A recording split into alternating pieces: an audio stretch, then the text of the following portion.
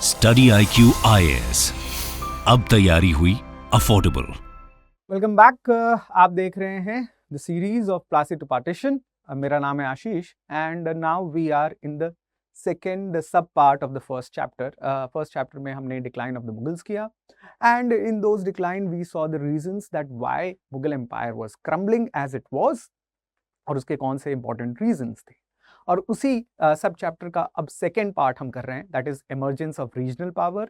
So I hope you are following the lecture series and the lecture plans. Through the slides, I have been trying to revise that for you. But अब बारी आती है कि मुगलों के खत्म होने के बाद या मुगलों के डिक्लाइन के साथ साथ अगर एक प्रोसेस चल रही थी, सो वो थी emergence of regional powers. जी हाँ, the regional powers which were categorized into two parts, into two subparts. One was the warrior state and the other which was the successor states. यानी कि भारत में मुगलों के ढहते इमारत के ऊपर लोग अपनी नई बस्ती की नींव रख रहे थे, and that is the simultaneous process that has been going on. बहुत सारे स्टूडेंट्स के मन में ये सवाल रहता है कि सर क्या ये एक के बाद दूसरी घटित होने वाली चीज थी? ऐसा नहीं है। Actually, this was the simultaneous process which was going on. और simultaneous का मतलब दोनों एक साथ चल रहे थे। So when I'm talking about the emergence of this regional states, जो black में आपको दिख रहे हैं, those were the successor states, यानी कि वो states जो मुगलों के अंदर ही काम किया करते थे, उनके ही एक जमाने में सूबेदार हुआ करते थे या गवर्नर्स हुआ करते थे या फौजदार हुआ करते थे या सिपा सलार हुआ करते थे, और उन्होंने अपने किंगडम्स मुगलों से अलग मुख्तलिफ अलग होकर बनाने की कोशिश की। दूसरे एक ऐसे कैटेगरी ऑफ स्टेट्स भी हुए जो मुगलों के अंदर तो काम नहीं करते थे, लेकिन उनसे लड़कर, उनसे झगड़कर और शायद उनकी सामने से अगर मैं कहूं ऑपोजिशन देकर अपने एक स्टेट को अंजाम दिया या अपने एक स्टेट को बनाया, and that is the category of warrior states.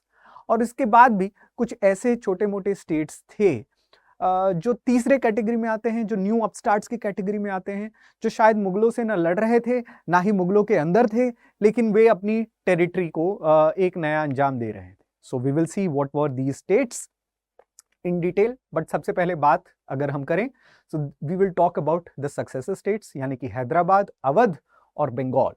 तीन ऐसे स्टेट्स जो मुगलों के नीचे से ही उठे, मुगलों के साथ ही उन्होंने अपने वजूद को रखा और शायद धीरे धीरे, यानी कि 1707 के बाद औरंगजेब के इंतकाल के बाद धीरे धीरे वे इंडिपेंडेंट होने की कतार पर पहुंच गए। The first successor state that we are talking about is Bengal, और बंगाल के मुर्शीद कुली खान के साथ में ये सक्सेसर स्टेट्स आ रही है। नाउ पर्टिकुलरली जनाब Murshid Quli Khan was a person, हम देखें तो 1770 में ही 1717 में during the time of Farooq सियार ये बंगाल में अपनी अलग वजूद खोज रहे हैं। और यहां पर मैं थोड़ा एडमिनिस्ट्रेशन के बारे में बात करूंगा, as Shekhar Bandyopadhyay also talks about it, so I am dealing with that. Shekhar Bandyopadhyay ये कहते हैं कि मुगल्स के एडमिनिस्ट्रेशन के अंदर एक system of checks and balances था, और वो system of check and balance ऐसे स्टेट्स के आने के साथ खत्म हो रहा है। और ये system of check and balance क्या है? The offices of subedar and the office of diwan. जी हाँ, हुआ ये करता था कि मान लीजिए बंगाल एक एक्चुअली सूबा है, सूबा इज नथिंग बट स्टेट। सूबा सरकार और Pargana, Pargana was the lowest administration of the state, सरकार वाज द डिविजनल हेडक्वार्टर्स, और स्टेट जो सबसे बड़ा प्रोविंशियल लेवल पे मुगलों का स्टेट्स हुआ करते थे, उसे हम सूबा कहते हैं।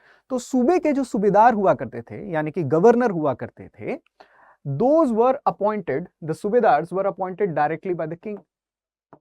चलिए, इसमें कोई नई बात नहीं है, this is a very common system और may be a common thing that has been going on.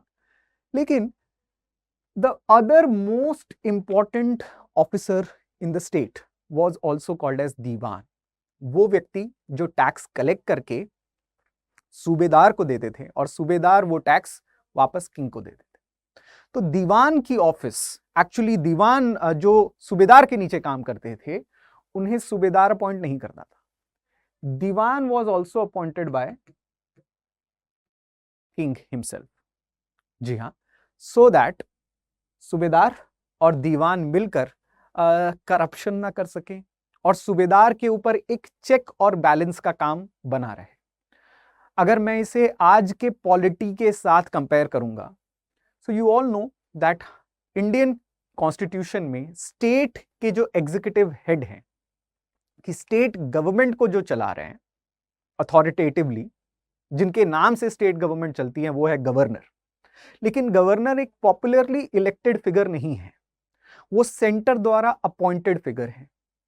लेकिन स्टेट के जो गवर्नमेंट के हेड होते हैं, यानी कि स्टेट एग्जीक्यूटिव को हेड करने वाले, गवर्नर के नीचे काम कर रहे चीफ मिनिस्टर होते हैं, और चीफ मिनिस्टर को अपॉइंट गवर्नर कर रहे होते हैं।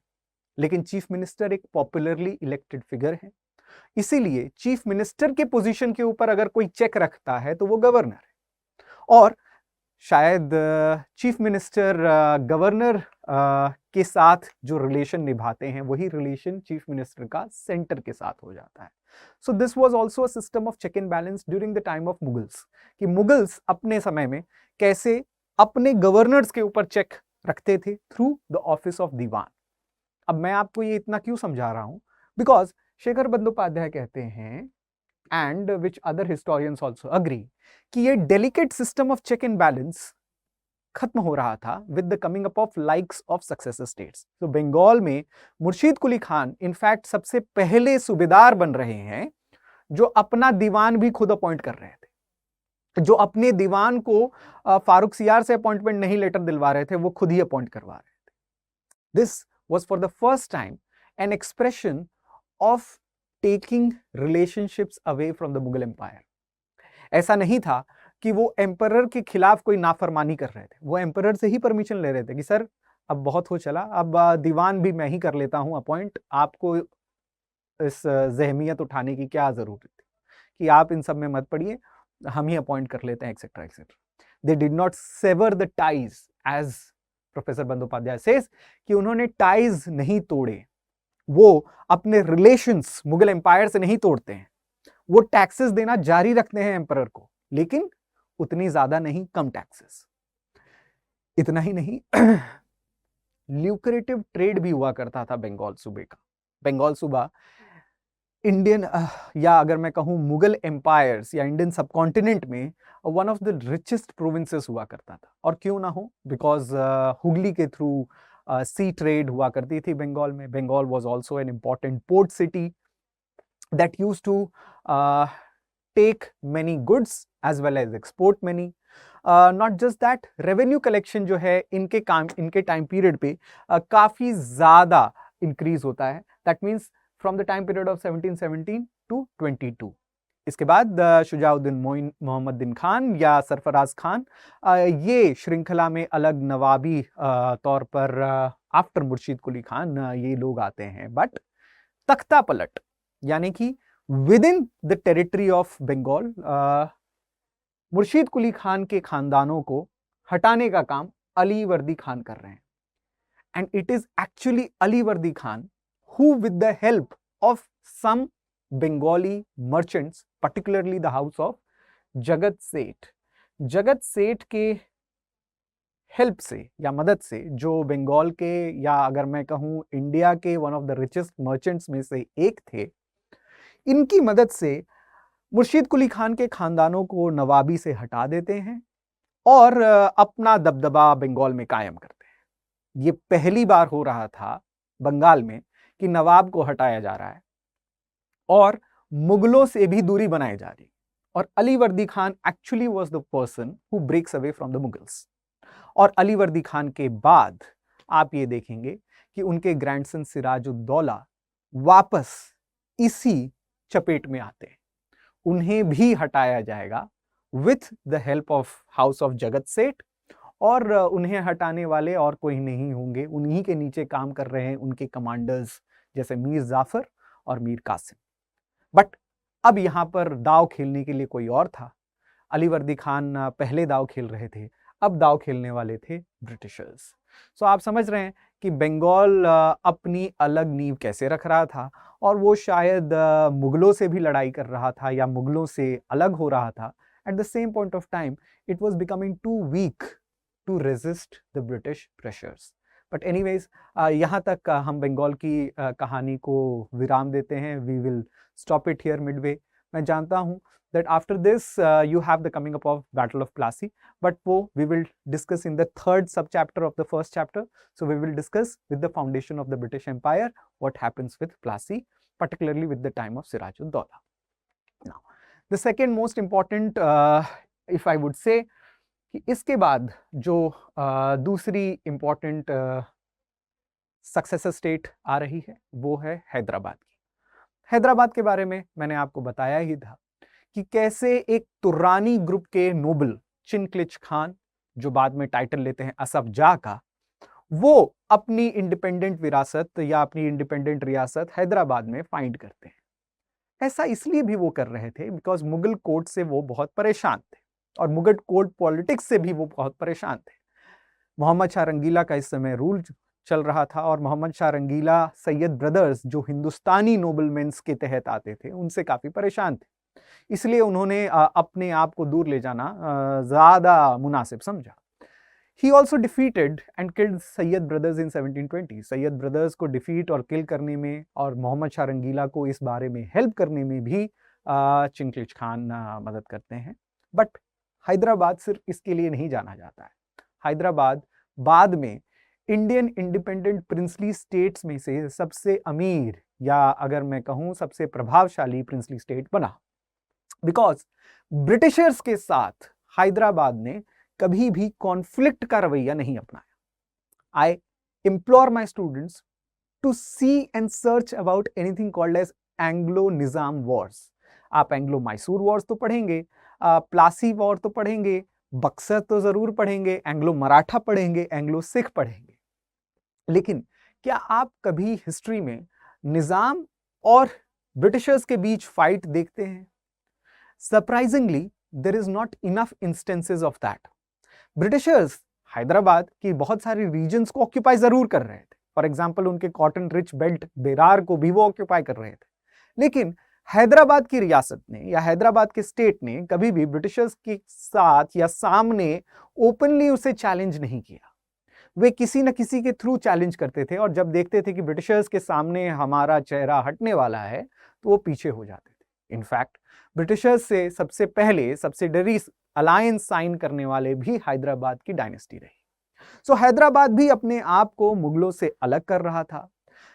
चिनक्लिज खान, असफ जाह ये भी देख रहे थे कि किस प्रकार से अहमद शाह अब्दाली 1761 में आ रहे हैं और मुगलों को लूट रहे हैं. वे जरूर जाते हैं Delhi, but he is not able to help much, neither he wishes to help much.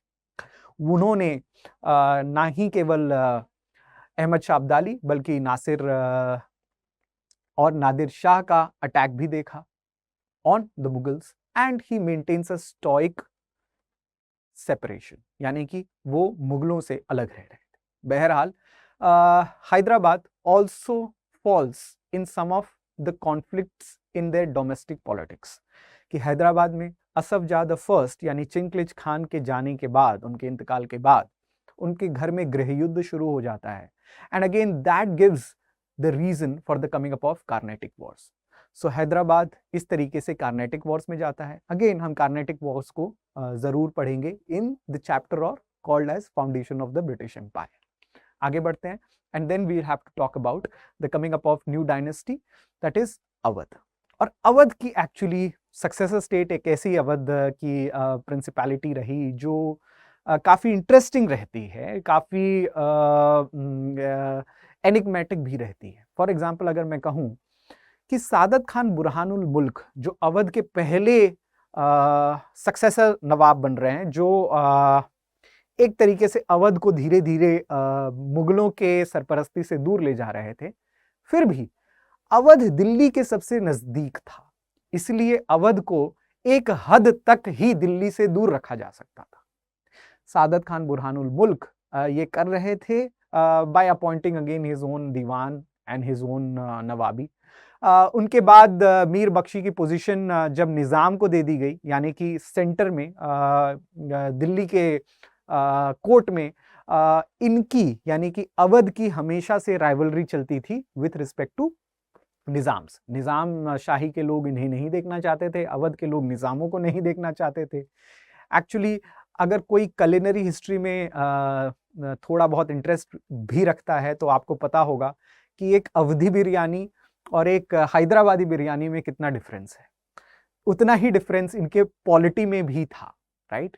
सो अवध के नवाब एक तरीके से चाहकर भी अपने आप को दिल्ली की मुगल सल्तनत से या मुगल वफादारी से उतना दूर नहीं रख पाए। That is the reason that the Nizams also, और if I would say the Nawab of Awadh also fights with the Mughal emperor during the 1764 war of Buxar.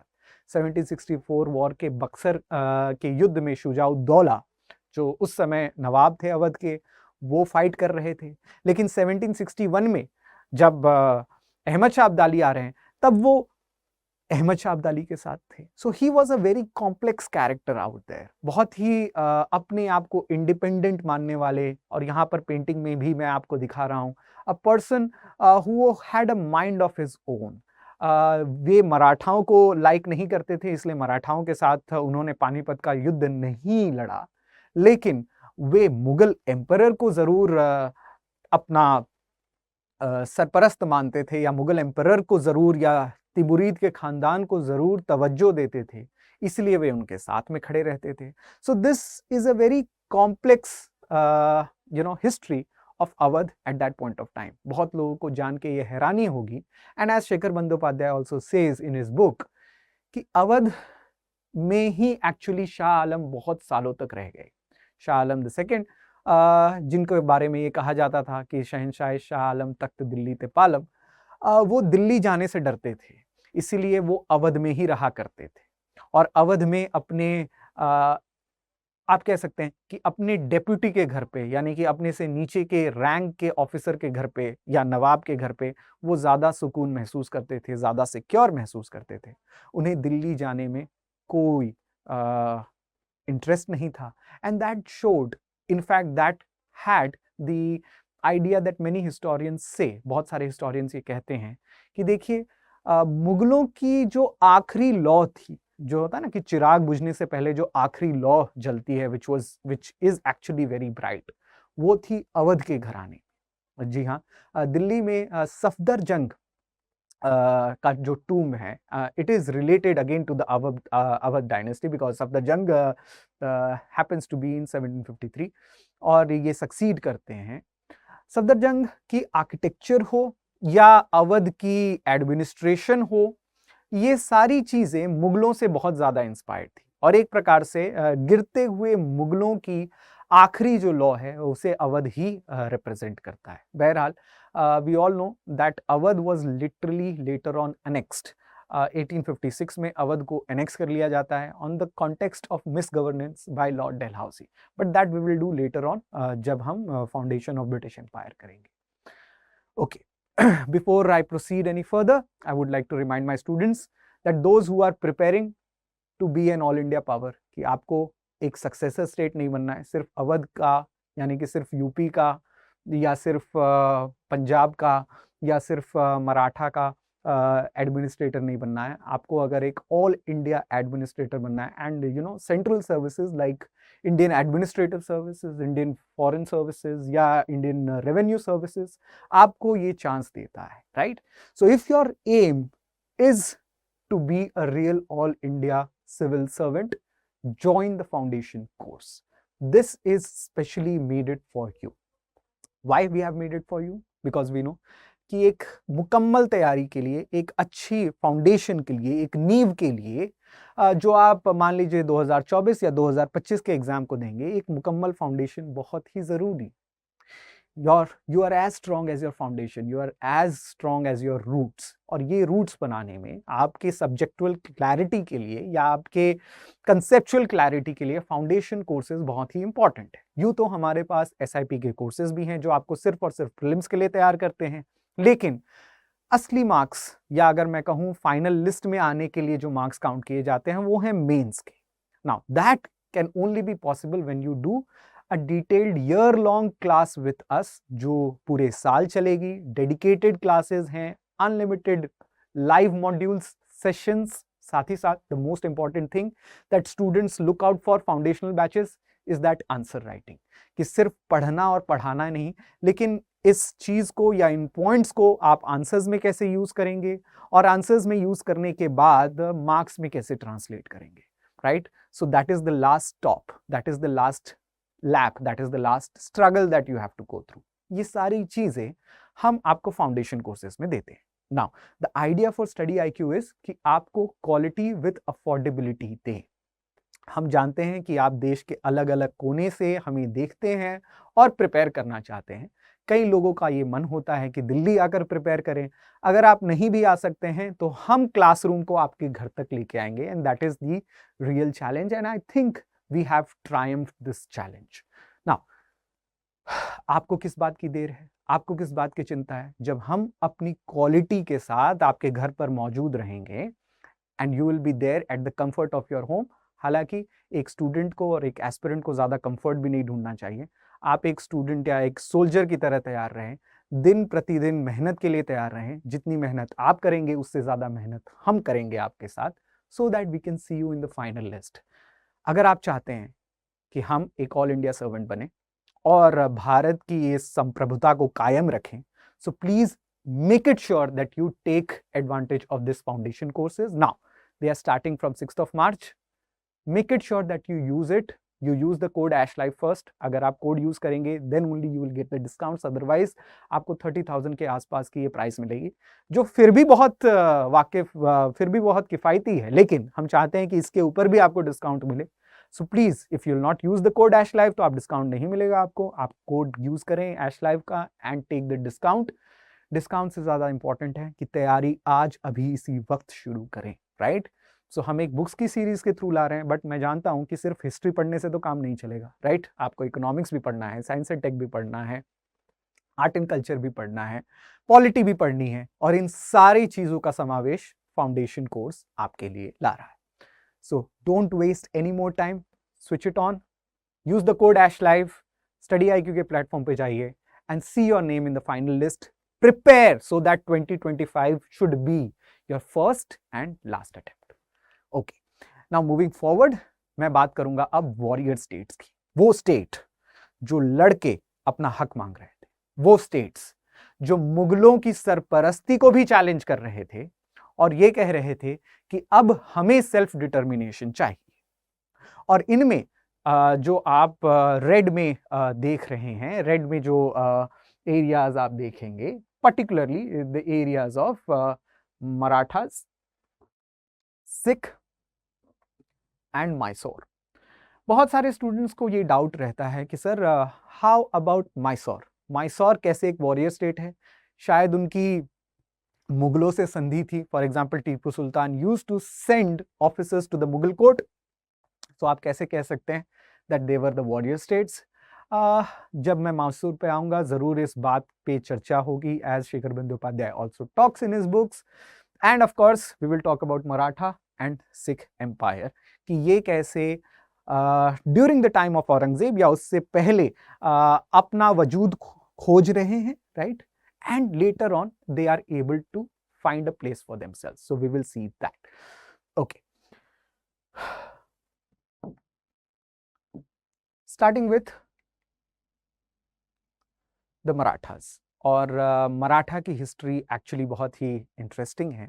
Again I have used many pictures to show you कि हो क्या रहा था या कैसे हो रहा है, मराठा साम्राज्य अपने आप को ढूंढ कैसे रही है। Again one of the famous paintings in which Shivaji का औरंगजेब के साथ रेड फोर्ट में मीटिंग दिखाया जा रहा है और किस प्रकार से औरंगजेब शिवाजी को ह्यूमिलिएट कर रहे हैं, and later on the things spiral away and Aurangzeb is relegated into what you call as a rebellion state, या अगर मैं कहूँ डेक्कन अल्सर एक प्रकार से उन्हें महाराष्ट्र में देखने को मिलता है। Now if you see the Maharashtra region, अगर आप महाराष्ट्र के एरिया को देखेंगे, साउथ में particularly during the time of Aurangzeb या even during the time of Shahjahan, south of India Ahmednagar, Golconda, Bijapur, Khandesh इन राज्यों में बटा हुआ था जी। फॉर एग्जाम्पल अगर साउथ इंडियन पॉलिटी को आप देखेंगे तो अलग अलग राज्य जैसे अहमदनगर, बीजापुर, गोलकोंडा, खानदेश, बेरार, ये सारे राज्य मुगलों को चैलेंज करते थे। महाराष्ट्र या मराठा साम्राज्य इन्हीं राज्यों में से अपनी भूमि को तलाश रहा था।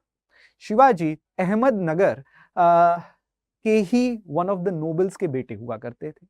And when he started challenging Ahmednagar, he also started challenging the northern power and that was Mughals. Now the history of conflict तो है ही मुगलों के साथ, that is number one, but मुगलों ने भी शिवाजी को बहुत टक्कर दी। Particularly Aurangzeb used his most important lieutenant, particularly a Marwar lieutenant, जो मारवार में उनके बहुत ही इंपॉर्टेंट कोटियर हुआ करते थे। उनके फादर भी अकबर के अंदर कोटियर हुआ करते थे। मैं बात कर रहा हूं सवाई जय सिंह का। तो सवाई जय सिंह को भी उन्होंने यूज किया शिवाजी के खिलाफ। सवाई जय सिंह शिवाजी को एक ट्रीटी में बांधने का भी काम करते हैं। वे शिवाजी को ये भी चुनौती देते हैं कि अगर आप मुगलों से लड़ते रहें तो आप भी थकेंगे और मुगल्स भी थकेंगे। This is no place for war, you should have a conciliatory approach with the Mughals. वो ये कहते हैं कि राजपूत स्टेट्स ने भी अपनी इंडिपेंडेंट ऑटोनॉमी को कायम रखा है, उसी प्रकार से आप मुगलों के अंदर रहते हुए भी अपनी इंडिपेंडेंट ऑटोनॉमी को कायम रख सकते हैं। And Shivaji goes with what you call as treaty of Purandar. 1664 में ट्रीटी ऑफ पुरंदर साइन होती है। लेकिन ट्रीटी ऑफ पुरंदर जब साइन करने शिवाजी रेड फोर्ट जाते हैं, अगेन औरंगजेब उनके साथ काफी हाई हैंडेड बिहेवियर करते हैं। औरंगजेब फेमसली उन्हें पहाड़ी चूहा कहा करते थे और बहुत सारे ऐसे शब्दों का उपयोग किया करते थे दैट वाज नॉट बिफिटिंग अ छत्रपति। शिवाजी कोंकण के एरिया को, मराठवाड़ा के एरिया को पूरे कंट्रोल करते थे। His army was very much adept to fighting the mountainous regions of Maharashtra. मुगलों की आर्मी हमेशा प्लेन्स पे लड़ी हुई थी और प्लेन्स से लड़ी और बढ़ी आर्मी शायद महाराष्ट्र के पहाड़ों पर उतनी कामयाब नहीं थी। शिवाजी यहीं पर उन्हें मात देते हुए दिख रहे थे। बहरहाल Aurangzeb lost the opportunity to conciliate himself with Shivaji और फिर बाद में आपको देखने को मिलता है कि एक गुरिल्ला वॉरफेयर महाराष्ट्र में शुरू हो जाता है। हिस्टोरियन जादूनाथ सरकार ये कहते हैं in his memoirs that Shivaji के वजह से औरंगजेब को डेक्कन अल्सर झेलना पड़ा, एक ऐसा घाव जो शायद कभी भरा नहीं और उनके खत्म या पतन होने का एक बहुत बड़ा रीजन था। Many people know this that Aurangzeb actually breathed his last in Maharashtra. वो दिल्ली में नहीं थे, वो अंतिम सांस तक महाराष्ट्र में ही लड़ते रहे। ये अलग बात है कि 1674 में शिवाजी अपने आप को कोरोनेट कर रहे थे, वो अपने आप को छत्रपति कह रहे थे, एक सॉवरेन टेरिटरी बना रहे थे महाराष्ट्र की। 1680 में उनका निधन होता है और उसके बाद उनकी ये लड़ाई उनके बेटे संभाजी और राजा राम के परिवार लड़ते हैं। औरंगजेब इज स्टिल अलाइव और वो संभाजी को भी एग्जीक्यूट करते हैं, उन्हें कैद नहीं करते हैं। In fact many historians particularly Sardesai से दिस, प्रोफेसर सरदेसाई का ये काम है और वो कहते हैं कि संभाजी के जीवित शरीर ने जो नहीं किया, संभाजी की मृत शरीर वो कर देती है। यानी कि जो मराठा पॉलिटी अलग बटी हुई थी between the two brothers, Sambhaji और राजा राम, जो शिवाजी के बेटे, अलग अलग माओं से पैदा हुए बेटे, इनके बीच में जो मराठा पॉलिटी बची हुई थी, संभाजी की मृत्यु के बाद या संभाजी के ब्रूटल एग्जीक्यूशन के बाद दोनों एक हो जाते हैं। पर्टिकुलरली राजा राम की फैमिली, ताराबाई और उनके बेटे शिवाजी द सेकेंड औरंगजेब के खिलाफ लड़ाई जारी रखते हैं और एक तरीके से संभाजी के डिसेंडेंट भी औरंगजेब के खिलाफ लड़ाई जारी रखते हैं। Later on we will talk about Sahu, Chhatrapati and also the coming up of Peshwas. इसी से रिलेटेड एक और टर्म है which is called as Ashtapradhan. Ashtapradhan यानी कि द वॉर काउंसिल्स और the cabinet council of Shivaji. I will ask you to name some of the Ashtapradhan, यानी कि कुछ काउंसिल मेंबर्स जो शिवाजी अपने मिनिस्ट्रीज में रखते थे। फॉर एग्जाम्पल अगर मैं कहूं पेशवा, उनके one of the most important प्रधानों में से एक थे, 8 प्रधानों में से एक थे। सो पेशवा हुए या वक्काय नविस हुए या सुरनविस हैं या चिटनिस हैं या न्यायाधीश हैं या सुमंत हैं, दाबीर हैं, ये सारे वर्ड्स जो हैं अष्टप्रधानी में इंक्लूडेड है। Now some of them are also Persian origin words, some of them are Mughal origin words also, and some of them are Marathi और महाराष्ट्री प्राकृत origin words। ये आपको बताता है कि शिवाजी की एडमिनिस्ट्रेशन अहमदनगर से भी इन्फ्लुएंस थी, मुगलों से भी इन्फ्लुएंस थी और कहीं ना कहीं कुछ इंडिजीनियस स्ट्रीक्स भी थे। एनीवेज, इसके बाद हम देखेंगे that is there was a coming up of, यानी कि इसके बाद you had the emergence of later Maratha, जो बाद में मराठाज आए, यानी कि पर्टिकुलरली संभाजी की शहादत के बाद, उनकी शहीदी के बाद में जो मराठाज आ रहे हैं, उन्होंने लेटर मुगल से अपने वजूद को कैसे कायम रखा, उन्होंने लेटर मुगल्स से कैसे लोहा लिया, या लेटर मुगल्स अब उन्हें कितनी तवज्जो देते हैं, ये जानकर आपको हैरानी होगी। जी हाँ, संभाजी के परिवार से जो डिसेंडेंट आ रहे थे वो थे साहू, और ताराबाई के परिवार से जो डिसेंडेंट आ रहे थे वो थे शिवाजी द सेकेंड। हालांकि बाद में जो फर्स्ट पेशवा बनते हैं, पर्टिकुलरली बालाजी विश्वनाथ, उन्होंने इन दोनों परिवारों के बीच में संधि कराई। इस संधि को हम कहते हैं ट्रीटी ऑफ वारना, 1731 में। सो 1731 में उन्होंने ये संधि कराई, और इस संधि के तहत साहू को सातारा का क्षेत्र या सातारा की गद्दी और ताराबाई को कोल्हापुर की गद्दी दे दी गई। सो एक्चुअली मराठा छत्रपति जो थे, असली मराठा छत्रपति अगर मैं कहूं, डी फैक्टो मराठा छत्रपति, वो थे सातारा में बैठे हुए साहू महाराज या छत्रपति साहू, जो संभाजी के परिवार से डिसेंडेंट थे। लेकिन जो राजा राम के परिवार से डिसेंडेंट थे, ताराबाई, उन्हें भी एक गद्दी दी गई कोल्हापुर की। बहरहाल, बालाजी विश्वनाथ सातारा में बैठे शाहू छत्रपति के लिए काम करने लगे, और बालाजी विश्वनाथ मुगलों से मराठाओं की अपनी जगह बना रहे थे। इनफैक्ट बालाजी विश्वनाथ वो फर्स्ट पेशवा थे जिन्होंने राइट ऑफ चौथ और सरदेश मुखी ले ली। किससे? मुगलों से। जी हाँ, chauth was 1/4 of the revenue. For example, मान लीजिए कि मराठास अगर सूरत के एरिया को अटैक कर रहे हैं और सूरत बार बार मराठाओं से त्रस्त है, तो मराठा उन्हें एक ऑप्शन देते थे कि आप अगर अटैक नहीं झेलना चाहते हैं तो आप हमें चौथ देंगे और सरदेश मुखी देंगे। चौथ वॉज 1/4 ऑफ देयर रेवेन्यू, कि उनका सालाना या मंथली जो भी रेवेन्यू होगा उसका 1/4 या 1/4 उन्हें मराठाओं को देना पड़ेगा, और उसी 1/4 का 1/10 यानी कि 10% वे डायरेक्टली छत्रपति को भी देंगे या किंग को भी देंगे। सो चौथ और सरदेश मुखी ये कलेक्ट करने का राइट मुगल्स दे रहे थे पेशवाओं को, ये कलेक्ट करने का राइट मिल रहा था साहू को।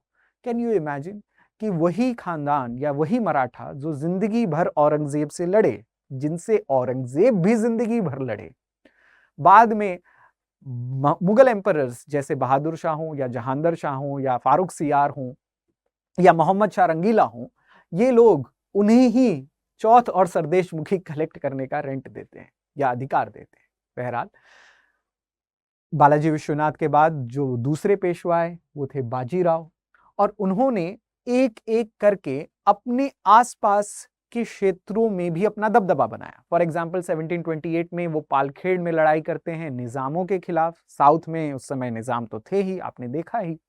1736 में सालसेट में वो सिद्दीज और पोर्चुगीज के खिलाफ लड़ाई करते हैं, या 1739 में वो मुगलों को भी अटैक करते हैं। बाद में बालाजी बाजीराव आते हैं जो थर्ड पेशवा हैं। उन्होंने अपना कार्यक्षेत्र ओडिशा तक बढ़ाया, ओडिशा, बंगाल, बिहार तक रेड किया जाने लगा, और वहां से भी चौथ और सरदेश मुखी आने लगी।